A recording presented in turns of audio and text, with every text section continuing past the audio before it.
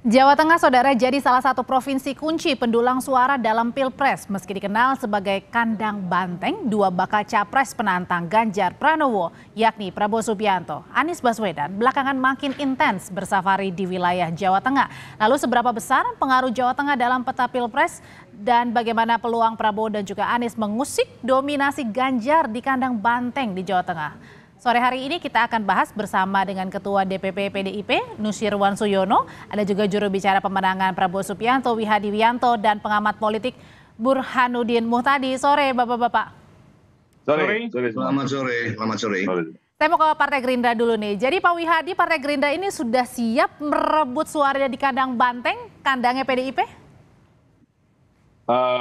Kita tidak melihat itu sesuatu hal yang harus merebut atau bagaimana, tetapi bahwa pemilihan presiden ini kan pemilihan untuk seluruh Indonesia. Dan melihat kalau kita di Jawa Tengah yang dikatakan sebagai kandang banteng, itu pun karena Pak Prabowo datang ke sana karena memang banyak sekali pendukung-pendukung baru Pak Prabowo yang di sana, yang berupa relawan-relawan yang terbentuk di sana.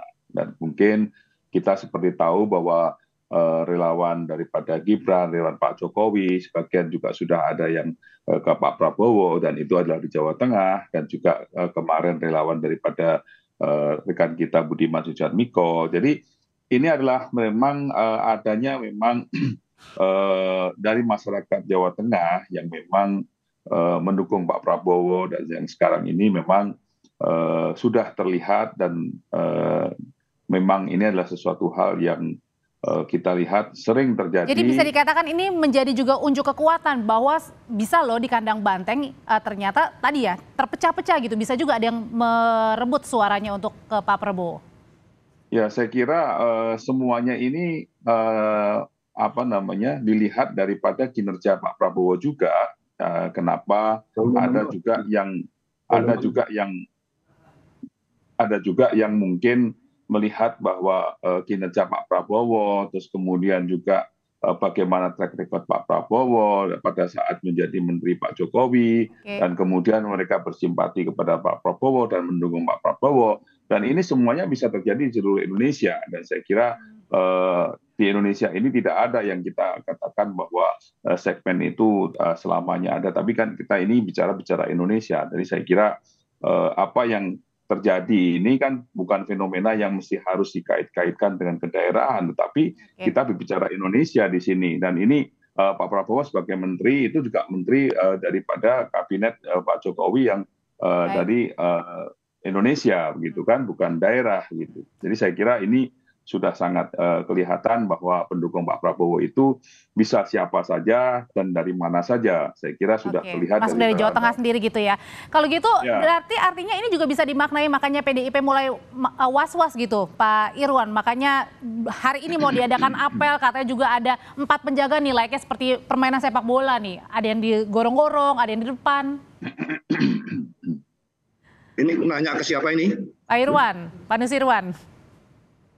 Ya, kalau dianggap apa tadi istilahnya was-was, kan pertandingan pemilu itu enggak kali ini saja ya Mbak, Bapak Ibu sekalian, angka-angka itu sudah sangat dihafali, dinamikanya juga sangat diikuti dari 2-3 kali pemilu yang lalu.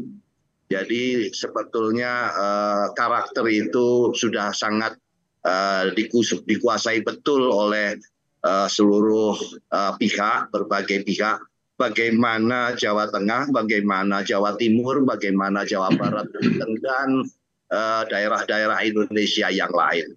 Bisa saja di dalam dinamika setiap waktu pemilu, dari waktu ke waktu bisa saja terjadi situasi atau katakanlah perkembangan dinamika politik, tapi itu sebetulnya tidak akan terlalu jauh kalau kita ikuti. Mudah-mudahan nanti Mas Burhan bisa menjelaskan dari sisi angka bagaimana kondisi dari Nggak usah jauh-jauh dari 2014, 2019, kemudian. Tapi kan kalau yang di tahun ini sampai katanya tadi meminjam kata-kata Pak Bambang Wuryanto sampai ada berbagai lini begitu, ada digorong-gorong di depan, kemudian ada tambahan juga pasukan. Itu betul apa yang disampaikan oleh Pak Bambang, dan itu bukan kita lakukan pada kali ini saja, yaitu sebetulnya adalah penegasan bahwa kami memiliki beberapa jalur lini dan tingkatan untuk menjaga wilayah, dan itu tidak hanya di Jawa Tengah saja, Jawa Timur, dan juga sama kalau pembahasan kali ini berkaitan dengan Jawa Tengah, tapi Jawa Barat sama DKI yang tadi disebut merupakan sesuatu wilayah yang sudah diidentikan dengan calon tertentu. Ya coba nanti kita lihat di 2024 apakah benar bahwa situasinya akan tetap demikian. Sama dengan pembahasan sore ini, mencoba kan boleh-boleh saja masuk, tapi tentu karakter dan kemudian situasi kewilayahannya tentu masing-masing sudah sangat menguasai. Dan harap hati-hati saja yang sudah memiliki blocking di daerah tertentu, nanti mungkin bisa metode yang dilakukan oleh Ketua Badan Pemenangan Pemilu itu Mas Bambang Pacul bisa dilakukan untuk daerah yang lain, tidak hanya untuk Jawa Tengah saja. Oke, Mas Burhan, sebenarnya itu di Jawa Tengah kenapa sih bisa dibilang seksi begitu? Sampai ke Pak Prabowo turun, Bu Mega juga, Mas Anies juga bahkan yakin. Apa sebenarnya yang dibaca dari Jawa Tengah ini? Sebenarnya kalau dari sisi populasi, Jawa Timur dan Jawa Barat jauh lebih besar suaranya ketimbang Jawa Tengah. Kemudian dari sisi seberapa menentukan Jawa Tengah dibanding Jawa Timur lebih menentukan. Karena selain populasi pemilihnya lebih besar, Jawa Timur itu tidak ada dominasi partai atau calon presiden tertentu. Jadi Ohio-nya Indonesia itu Jawa Timur. Nah, Jawa Tengah itu menjadi seksi, itu karena pertama jumlah pemilihnya terbesar, ketiga ya, setelah dua provinsi yang tadi saya sebut. Tetapi yang paling krusial adalah ini simbol kandang banteng. Jadi kalau misalnya simbol kandang banteng itu bisa digerus, tentu akan memudahkan buat calon rival Mas Ganjar untuk memenangkan di tempat lain. Karena mungkin menurut saya ya, karena simbol kandang banteng itu effortnya juga jauh lebih berat. Jadi kalau kita lihat nih ya, survei kami terakhir, itu Mas Ganjar masih dapat 67%, Pak Prabowo dapat 21%, nah Mas Anies yang agak tertinggal ya, single digit, hanya 8%. Jadi Pak Prabowo dapat 21% ini pun itu sudah ngos-ngosan kan. Nah menurut saya jauh lebih mudah sebenarnya buat Pak Prabowo untuk melipat gandakan dominasi di basis-basis lama seperti Jawa Barat, Banten, Sumatera ketimbang. Jadi artinya bisa dibilang bahwa Jawa Tengah ini tetap kandang banteng, kemungkinan besar begitu ya, tidak bisa kemudian beralih ke baca pres lainnya atau ke parpol lainnya. Iya, karena Jawa Tengah punya gubernur yang maju sebagai capres secara langsung.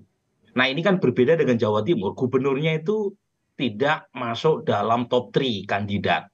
Jadi ada elemen kedaerahan yang membuat ya Mas Ganjar itu cukup dominan. Meskipun Pak Prabowo aslinya Jawa Tengah loh ya, orang Banyumasan. Tetapi kan nggak banyak orang yang tahu juga bahwa Pak Prabowo punya darah Banyumas. Oke kalau gitu. Terima kasih ulasannya Mas Budiman, terima kasih juga ulasannya Pak Wihadi, dan terima kasih juga Mas Nusirwan. Sehat selalu Bapak-bapak. Kita ketemu lagi di kesempatan lainnya.